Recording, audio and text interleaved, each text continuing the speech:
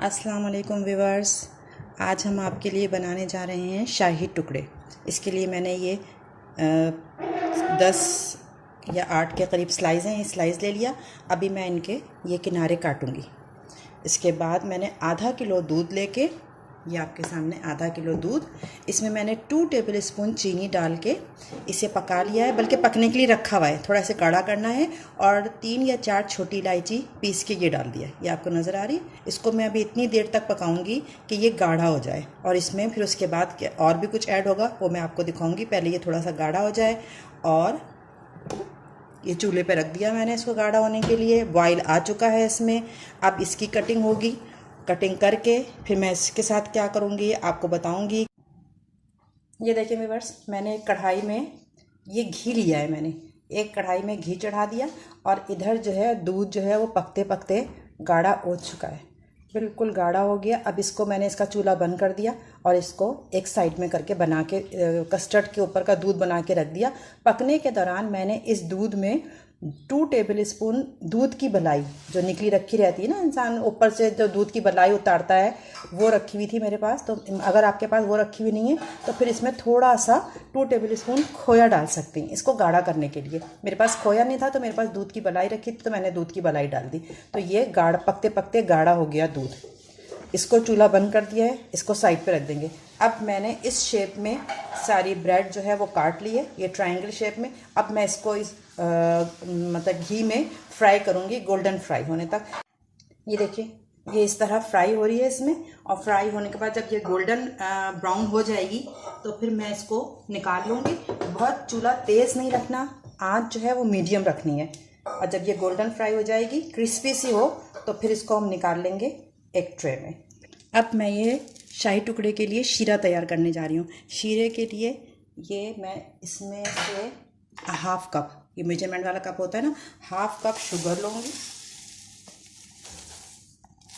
ये half cup sugar, और इसी कप से हाफ कप पानी। उसमें 3 या 4 छोटी इलायची का पाउडर पीस के मिला दूँगी।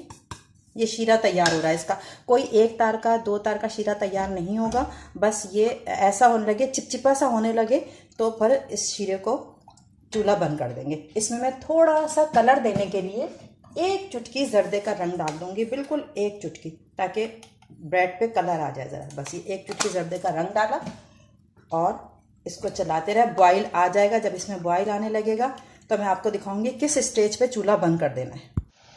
ये देखें, शीरे में बॉयल आ गया। अब इसको सिर्फ ये देखना हल्का सा चिपचिपा सा होना शुरू हो जाए। ये हल्का सा चिपचिपा होना शुरू हो गया, जैसे पानी होता तो बिल्कुल यूँ होता है ना, इसमें थोड़ी सी चिपचिपाहट आ जाए। अगर 1 या 2 मिनट और पकाती हूँ मैं। ये इस तरह से चिपचिपाहट जब इसका चिपकने लगे ना थोड़ा सा, बस ये चूल्हा बंद कर देंगे। चीनी इसकी मेल्ट हो गई है, ये शीरा भी तैयार हो गया।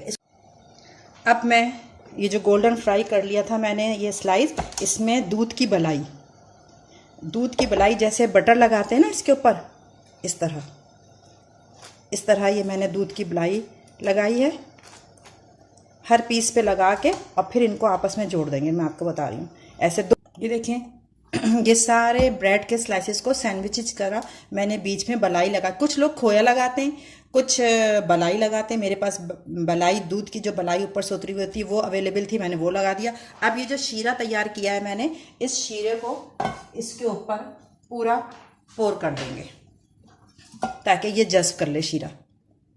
ये थोड़ी देर इसको इसी तरह छोड़ देना है। ये सारा जो चीनी का शीरा है ये इसके अंदर एब्जॉर्ब हो जाएगा। ये देखें, ये सारा इसने शीरा पी लिया। अब मैंने जो गाढ़ा दूध रखा था वो इसके ऊपर डाल दूंगी। अब इसको हम थोड़ी देर छोड़ देंगे।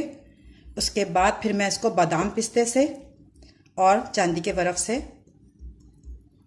गार्निश करूँगी। ये है मेरे शाही टुकड़ों की फाइनल लुक। इसको मैं इस तरह स्प्रिंकल करके इसको ज़रा डेकोरेट कर दूँगी।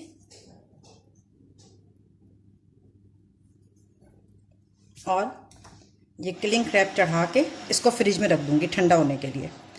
ठीक है, ये ठंडे ज़्यादा अच्छे आते हैं, गरम गरम नहीं, ठंडे। अब इसको मैं फ्रिज में रख दूँगी। उसके बाद शाम में इसको सर्व करेंगे।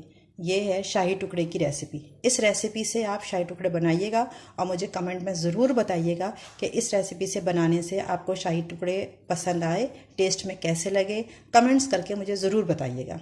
अल्लाह हाफ़िज़।